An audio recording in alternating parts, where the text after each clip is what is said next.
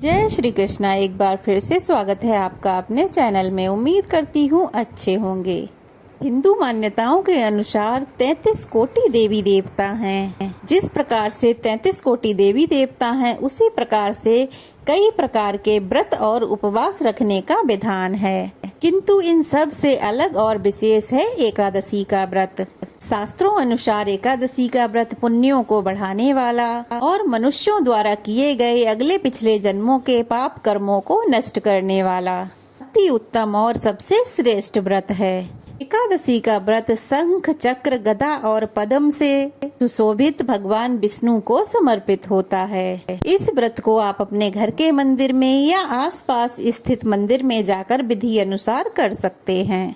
आज की वीडियो में आप जानेंगे कि एकादशी का व्रत आप कब से प्रारंभ कर सकते हैं, क्योंकि इस समय साल की सबसे बड़ी ज्येष्ठ मास की शुक्ल पक्ष की निर्जला एकादशी आ रही है और अपने नाम के अनुसार ही इस एकादशी का उपवास रखा जाता है, अर्थात बिना जल के इस एकादशी का उपवास रखा जाता है। तो ऐसे में आप एकादशी के व्रत कब से प्रारंभ कर सकते हैं? निर्जला एकादशी का व्रत क्या आपको पूरी तरह निर्जल ही रहना चाहिए? जिनकी सामर्थ्य निर्जल रहने की नहीं है वो क्या करें? एकादशी व्रत में क्या करना चाहिए, क्या नहीं करना चाहिए? कितनी एकादशी व्रत रखना चाहिए? क्या एकादशी व्रत का उद्यापन किया जा सकता है? कौन कौन से लोग एकादशी का व्रत रख सकते हैं? और अगर आप एकादशी व्रत का उद्यापन करना चाहते हैं तो किस विधि से उद्यापन करना चाहिए, या फिर आप एकादशी में किन किन नियमों का पालन कर सकते हैं? इन सभी प्रश्नों के उत्तर आज के वीडियो में मैं देने का प्रयास करूंगी, इसलिए आप सब इस वीडियो को पूरा अवश्य देखिएगा। हिंदी पंचांग के अनुसार हर महीने की पूर्णिमा और अमावस्या के बाद आने वाली 11वां दिन एकादशी तिथि का होता है। इस तरह एक महीने में 2 बार एकादशी आती है, एक कृष्ण पक्ष में और दूसरी शुक्ल पक्ष में। इस प्रकार कुल मिलाकर एक वर्ष में 24 एकादशी होती हैं, किंतु अधिक मास या मल मास में इनकी संख्या 24 से 26 हो जाती है। एकादशी व्रत रखने से पहले आपको इस बात की जानकारी होनी चाहिए कि आखिरकार एकादशी व्रत प्रारंभ कैसे करें। विष्णु पुराण में वर्णित एक कथा के अनुसार जब मोर नामक दैत्य के आतंक से सभी देवता त्रस्त हो गए थे, तब देवताओं ने उस दैत्य का अंत करने की इच्छा से भगवान विष्णु की शरण ली। तब देवताओं की रक्षा के लिए भगवान विष्णु का मोर दैत्य से कई दिनों तक युद्ध चलता रहा। भगवान विष्णु थक कर आराम करने के लिए बद्रीनाथ की एक गुफा में चले गए। मुर राक्षस भी विष्णु भगवान का पीछा करता हुआ बद्रिक आश्रम में पहुंच गया। उस दैत्य ने निद्रा में लीन श्री हरि को मारना चाहा। तभी भगवान के शरीर से दिव्य ज्योति प्रकट हुई और देखते ही देखते वह ज्योति एक देवी के रूप में बदल गई और उन्हीं देवी ने मुर राक्षस का वध कर दिया। देवी के इस कार्य से प्रसन्न होकर भगवान विष्णु ने निद्रा से जागकर उन देवी से कहा कि तुम्हारा जन्म मार्गशीर्ष मास के कृष्ण पक्ष की एकादशी तिथि को हुआ है, इसलिए तुम्हारा नाम एकादशी है। आज से प्रत्येक एकादशी को मेरे साथ तुम्हारी भी पूजा होगी। मान्यता है कि तभी से एकादशी व्रत रखने की परंपरा प्रारंभ हो गई और पहली एकादशी का व्रत उत्पन्ना एकादशी से होता है। वैसे तो आपको उत्पन्ना एकादशी से ही एकादशी का व्रत प्रारंभ करना चाहिए, किंतु फिर भी साल में कुछ ऐसी प्रमुख एकादशियां हैं जिनमें आप अपने व्रत का शुभारंभ कर सकते हैं। शुक्ल पक्ष को अधिकतर शुभ माना जाता है, इसीलिए आप किसी भी महीने की शुक्ल पक्ष की एकादशी से भी व्रत शुरू कर सकते हैं। और इनमें भी अगर आप निर्जला एकादशी से व्रत प्रारंभ करते हैं तो और भी शुभ फलदायी होता है। आपको महीने की दोनों एकादशियों के व्रत रखने चाहिए। साल की 24 एकादशियों के व्रत रखने में अगर आप समर्थ ना हो तो साल भर में केवल एक बार निर्जला एकादशी का व्रत रख लें, तो आपको साल भर की सभी एकादशियों का पुण्य प्राप्त हो जाएगा।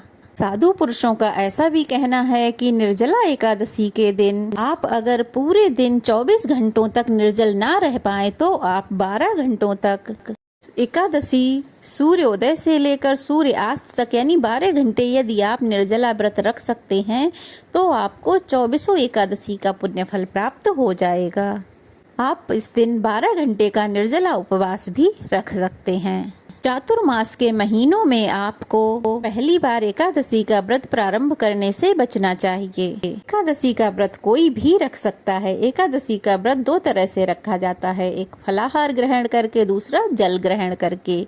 साल में केवल निर्जला एकादशी के दिन ही जल और अन्न दोनों का त्याग किया जाता है। तो इस दिन आप अपनी सामर्थ्य के अनुसार व्रत रखने का संकल्प लें। जब भी आप पहली बार व्रत प्रारंभ कर रहे हैं तो उस दिन आपको साल भर में आने वाली सभी एकादशियों का व्रत रखना चाहते हैं तो आप उसका संकल्प लें, और यदि साल में आने वाली कुछ प्रमुख एकादशियों का ही व्रत रखना चाहते हैं तो उसका संकल्प लें। और वैसे तो आपको अपना पूरा जीवन जब तक व्रत रखने का सामर्थ्य है तब तक एकादशी का व्रत रखना चाहिए। ऐसा कहा जाता है कि एकादशी व्रत का उद्यापन आपको अपने आप से नहीं करना चाहिए। जब शरीर में इतनी ताकत ना रह जाए कि आप एकादशी व्रत रहने में समर्थ ना रहें, भी आपको एकादशी व्रत का उद्यापन करना चाहिए। और उद्यापन आपको शुक्ल पक्ष में करना चाहिए। बहुत से लोग ऐसे भी हैं जो केवल कृष्ण पक्ष की एकादशी का उपवास रखते होंगे, तो उन्हें कृष्ण पक्ष की एकादशी में ही व्रत का उद्यापन करना चाहिए। काले तिलों से हवन करना चाहिए।